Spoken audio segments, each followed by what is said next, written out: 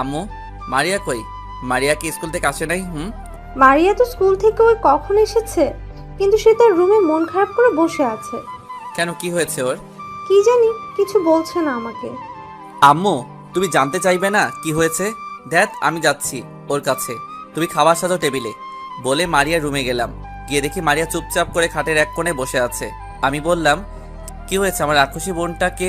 কে কি বলেছে? কি হয়েছে মারিয়া, আমাকে বল বোন আমার। মারিয়া আমাকে জড়িয়ে ধরে কেঁদে দিল। আরে আরে, আমার বোনটা কাঁদে কেন? কে কি বলছে বল আমাকে। ভাই, আজকে না সোহান নামের একটা ছেলে আমাকে প্রপোজ করছে। আমি রাজি হই নাই বলে আমাকে বলছে কালকে যদি আমি স্কুলে যাই আর ওর প্রপোজটা গ্রহণ না করি তাহলে নাকি আমাকে সে সবার সামনে অপমান করবে। সোহানটা কে? আমাকে একটু বলতো। আমাদের স্কুলের সভাপতির ছেলে, অনেক বখাটে। আচ্ছা, এই জন্য তোর মন খারাপ, তাই না? আচ্ছা চল, এখন খাবার খাবি, ঠিক আছে? পরে দেখছি কি করা যায়। তুই খাবার টেবিলে যা, আমি ফ্রেশ হয়ে আসছি। আমি যাচ্ছি, তুমি আসো। আর আমার চকলেটটা কই?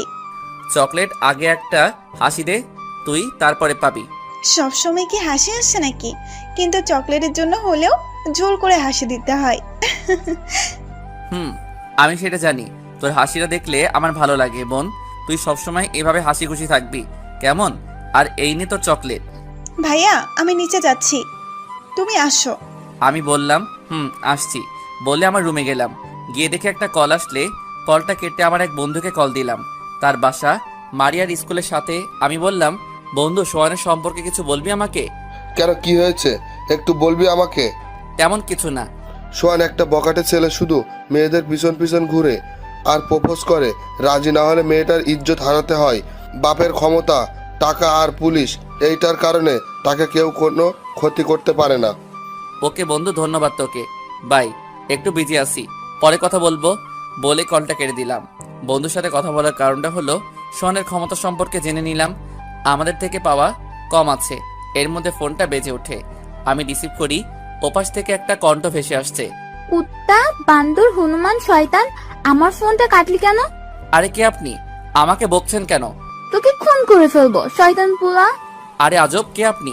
আগে নাম বলেন। এর মধ্যে মারিয়ার ডাকাডাকি। ভাইয়া, খেতে আয়। আমি এখন খাবো না, বাই। আরে আরে শোন, আমি জান্নাতুল। আরে খাচ্ছর মেয়ে, তুই আমাকে বকছিস তাই না? আচ্ছা দোস্ত, আমি আগে খেয়ে আসি, কেমন? ওকে যা, খেয়ে এসে আমাকে একটা কল দিবি, কেমন? হুম।